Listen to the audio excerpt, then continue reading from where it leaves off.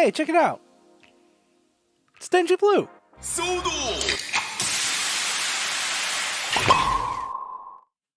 Alright, what is up, Soda Population? As always, I'm your host, Frozen Stratos, and today, yes, we absolutely have this Shodo Super blog to get to. It's filled with some very cool information regarding the new set that I believe pre-orders have now gone down for. But before that, we actually had a blog all about the YUDO Premium Bandai set, which is technically the very first standalone YUDO Premium Bandai item. So that's pretty neat. I just wanted to also note that this is going to be a review for the latest prototypes. I do believe the pre-orders are closed for these, but when you were able to get them, they were going to cost you 6,000 yen or 6,600 yen, including tax, and these are scheduled to ship out in December of 2022, so hopefully you've already gotten your pre-orders in. If not, heck, I don't even remember if I got my pre-orders in, but if you have, or if you haven't, and you're just waiting for the aftermarket, let's see what is coming to our doorstep come December. So this is the first one, Sonoi, and he looks pretty good. Now, a lot of the prototypes that you will be seeing today, none of them really have too many of their stickers on, so this is mostly a look at the paint apps that we're getting. So basically everything you're seeing here, that's paint. Take a look at this. We have the gradients that go all the way through the arms and legs. That's really cool to see. They made a big point of that in the initial blog, but it's nice to see that here in this like more production-ish sample. Like, this is further along than the other one was, so it's nice to see it like accurately represented here. We also get the picked out white details on the chest shield. Like I said, this is mostly paint here, so I don't know, it's wild to get this much detail just out of paint. This is the magic of Premium Bandai. Anyway, another interesting thing about the chest armor is that you can sort of mount it on the arm if you feel like it. I don't know that that's a canon thing that you could do, but let your delusions run wild, as the Soto blog would say. Anyways, this is more so what it should look like with all the stickers applied. The weapon's going to be one big sticker. It's unfortunate, but you know what? At least we get that detail. And also, here he is, just fighting the red one, Momotaro. Anyway, next up, we have Sononi. God, these are going to get me all tripped up. But she looks fantastic. She has the same gradient and all that stuff, as well as the incredible gold trim here. Are you seeing this? Oh my god. And that little gem in the center of it too, that's wild. I love this. I love everything about this. Taking a look, I guess, sort of from the top, we even have the gold trim picked out on the front of like that leaflet looking thing on the front of the head. And also like his, I guess, a head-on look. They actually used a different cream color for the eyes, so it differentiates itself from the actual white. I think that's a really neat touch. She's also one that comes with like a brand new molded hand for this. She has the arrow, she has the bow. They all look good. She can hold them in hand. She does come with two different like a right and a left hand that has these peg holes in them, so you can display her like this. You can also, if you feel like it, put this on the other two guys in this set, just because they basically share the same hands. But otherwise, she is a completely different mold. Like, they couldn't even use the standard YUDO body, because the YUDO female mold has, I guess, hinges? Yeah, hinges built into it to accommodate a skirt, but she doesn't have a skirt, so they had to fix all that up. So, top to bottom, brand new mold. Also, her bow can detach into the two sword modes. Looks very good. And, oh yeah, here's another one here. And here she is, I guess, with all the stickers applied. Like I said, it should look something like this. And also, the weapon itself will actually have some stickers on it to give it a bit more detail. Anyway, next up we have Sonoza. He's looking pretty good as well. Once again, black gradient and also gold trim. Good stuff. He has all the brown picked out on his chest, so they didn't skimp out there. The only real, I guess, difference here is that, like, they added in the stickers on the top of the head, so keep that in mind. That's not going to be painted up there. The shoulder pads, however, are different. Like, this is basically the same mold as the blue one, except it has different shoulder pads, chest, and head. And they even painted the silver on the shoulder pad and the gunmetal gray on that portion of the shoulder pad. Here he is just, you know, hanging out, doing a big old squat. And also, you might be able to recreate this scene with something that we will be seeing a little bit later. This is what the figure is going to look like, you know, with the stickers involved, looking decent. Like I said, one big sticker for the bladed portion, but, you know, what can you do? And here he is fighting Oni's sister. Anyways, that's not all, because they did actually announce in this set that they're putting in, I believe this is like the final chest piece that this guy actually uses. They weren't planning this. They weren't planning to make this at all. But during production, when they had already finalized the mold, they got word that, like, hey, we're doing this change to this character. Like, we're going to be giving in this armor. And YUDO was like, okay, well, we have to do this. We absolutely have to do it. So what they did was they changed the entire mold and made it, you know, compatible with the standard chest, and they spray painted it silver. They couldn't get the same amount of detail they could out of the other chest armors just because this happened so quickly and so fast, but they absolutely knew that they had to bring that in. And with the price point still staying the same, you are getting one extra thing and technically an extra form out of this guy for the same price. Nothing changed except on their end that got us this item. That's so cool. I absolutely love that. Another thing that they wanted to say about these guys was that they, like, initially when they saw these guys, they really wanted to do them, but they knew that it was going to be far too complicated for a standard retail release. So that's how the sort of premium Bandai thing came about. They knew they were going to do this from the beginning, but they didn't know sort of how. And what encouraged them to make sure to do this was that everyone in the surveys went ahead and said, hey, we want this too.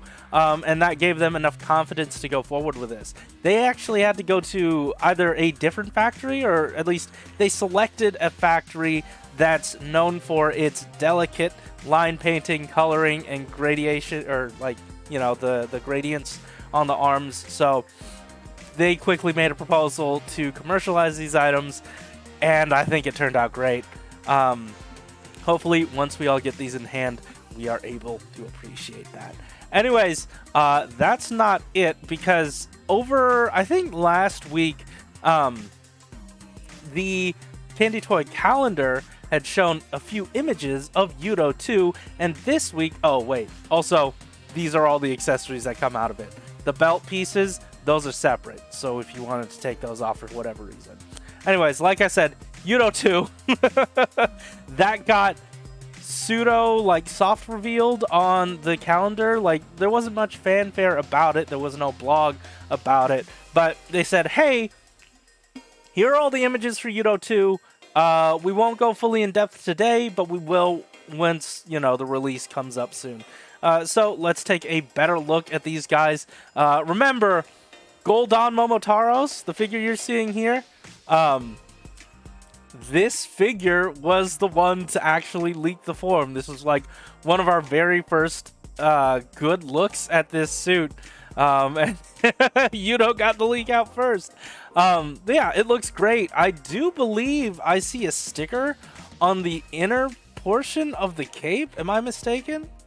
Maybe I'm wrong. Maybe that's you know, just molded in. But I do notice that there is a sticker on the chest and on some of the shoulder pads, so they did want to differentiate that just a little bit. I guess it, you know, is a bit more reflective, and I can tell.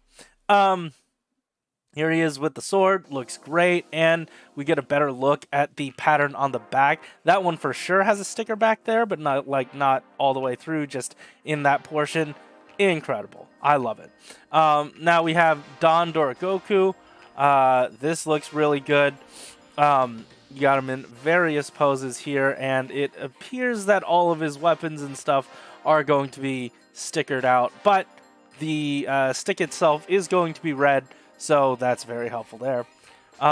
Next up is Don Torbolt, and this looks fantastic as well.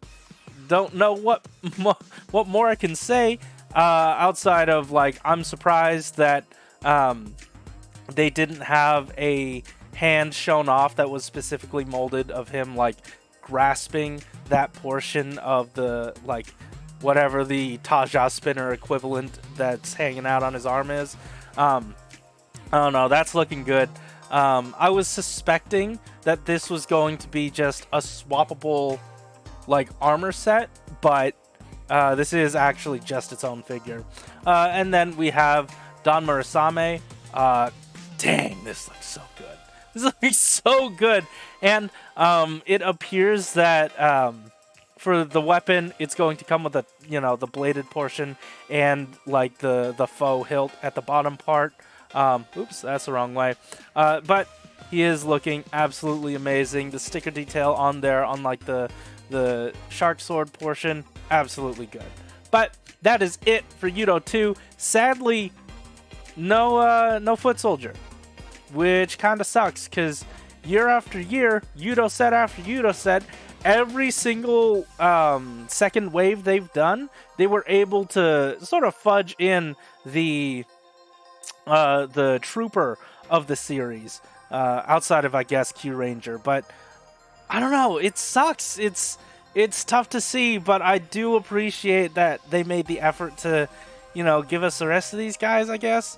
Also, at the end of the blog, they made sure to give us a little bit of a tease for the next mini-plot release. So this is looking very nice. Anyways, that is it for this. Now we can finally move on to Denji Man. And for Denji Man, they gave us something very special. Oh, that's right. We've got this wonderful set of gifts. I don't know what to do other than, like, maybe talk over it. I'm certainly not going to pretend to be these characters, but we have, like, the whole henshin sequence laid out here for us in gift form. I'm very appreciative anytime they're able to make this happen. Oh, God. Denji Yellow, fantastic. We've got green coming in. That's not right. Whoops. Fantastic. And lastly, we have pink.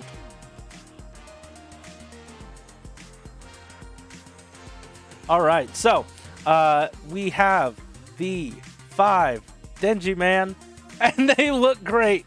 This is the most recent product sample. Now, these guys are done with their pre-orders. Like, the pre-orders are closed for these guys.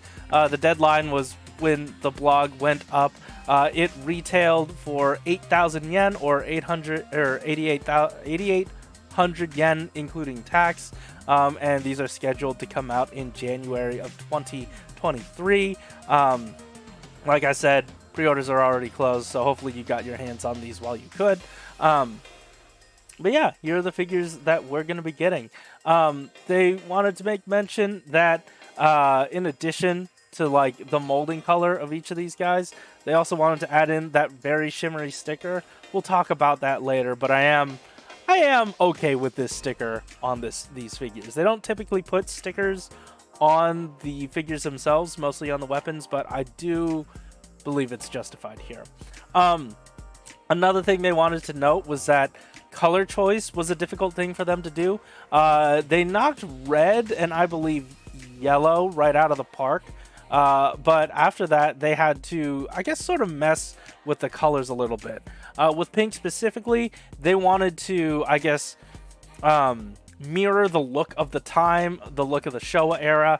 They wanted her suit to look a bit faded, like a faded jersey, and they chose like a lighter molding color to express that. Denji Green is a slightly darker color, and it's not, you know, the more vivid green, and it's not the bright greens that we typically get now. This is a more muted tone, and like I said, they just wanted to replicate what we had years and years ago. Denji Blue was a bit difficult for them because they actually did go for a more muted color before, but they realized, oh shoot, he's shown up in a lot of stuff outside of just his own show. And once they put him, like, put the left prototype side by side with the other characters, they knew they had to brighten him up. So we are left with the one on the right, and I think that looks pretty good. Also, they wanted to mention that the hands are made out of the standard PVC, but this time they're silver. They're molded in silver, and I think that looks pretty good. They also made mention that, like, the scarf is going to be molded out of PVC, but the problem is they don't know if they want to mold it in white or if they want to mold it in the same silver color and then paint it white. Either way, it's like either make a new mold or add a lot of extra budget to paint. They're still deciding. They don't know quite yet. Speaking of painting, this is something a little bit difficult for them because usually they, I guess, take the Gokaijas for example. They have like the black pants on, so you can put all of the black color molding into one thing and then like completely separate out the other colors. But for these guys, they're all mostly their main color. So everything else more or less had to be painted. Everything is molded in their original color. So that kind of sucked for them production-wise. But it also means that, like, in terms of painting, we get a more matte look out of the white, and that sort of, I guess they wanted to dull it down and not have it glossy because these are older characters and they have older suits and those are more fabric-y, so it kind of works for the time. And it works especially well here on the legs, just because, you know, the boot cuff, that's going to be painted, so that gets like a matte finish to it. They also made mention that the cuffs here for the gloves, Denji Man is, I guess, special in that they have different sort of wrist cuff colors. They were probably going to have to paint them anyway, but they decided, okay, let's make it accurate to the show. And for Pink's, hers are like wildly different than the rest of her body, and they wanted to recreate that here. I think it looks good. The rest of the characters do have this to a degree, but Pink's was like the most prominent. Also, hey, despite, you know, the cufflink stickers, we are actually getting silver paint out of this. Now, this comes not just out of necessity, but because they wanted to make it visually distinct and look like metal. So their decisions are all based off of look. Take a look here. We get the silver gloves. Those are molded silver. And then we get the metallic painted hands. Those are meant to express the metallic look. And that foil sticker, that's meant to express the, what is it? I guess foil? I forget what they described it as. But it's supposed to be like that shimmery looking fabric material that they used way back when. So we get 3 different versions of silver and 3 different justifications for why they are the way they are. And I completely get it. This makes total sense to me. Also, taking a look at the... Oh, yeah, I don't know. I forgot what this picture was about, if I'm honest. Hey, this is the Denji stick. It actually functions. You can, you know, move it down. You can have him hold it, and there are different holsters with this, like, not sticking out of it, so that's really helpful. But yeah, he can hold it, like the hinge actually functions, and you get your whole crew together, and I guess put the sticks all in one place. you too can summon this very large disc thing. I guess star thing. This is the Denji Boomerang. This is not all of them combined. This is just a separate piece. But it does have a 3mm hole if you want to, like, you know, have it float around on a display stand. So that works out pretty well. That's it for all the in-hand sample images. They also said, hey, we're doing the bats. These images are like older prototypes from before, but they've got the bats. Denji Pink has her sword. Yellow has, I believe, that like shocking gun or whatever they were calling it. Looks very good. Hopefully you will be purchasing this with your, what is it, the Denji Tiger and the Denjin, which all look great. And they also said, hey, this still is here, I guess. And then also at the end they gave us a little tease for Ninja Man. Can't tell if this is going to be a teaser for a Shodo set or an SMP set. My money's going to be on SMP, like they're going to talk about the SMP one, but I'm really hoping that they're going to give us a Shodo version of Ninja Man. Anyways, I do believe that's actually it for the blog, but did you know that Soto might make the Go Rangers? Or no, the Go Riders? Excuse me. That's right. I covered that in the blog coverage just yesterday, so if you wanted to check that out, hey, there's a link to the video right here. Guys, thank you so much for watching. If you liked the episode, hit the like button and subscribe if you want to hear more from us each week. Yeah, it's been fun this week. Thanks for watching. Keep it. I actually had it that time. You didn't think I did you? I haven't.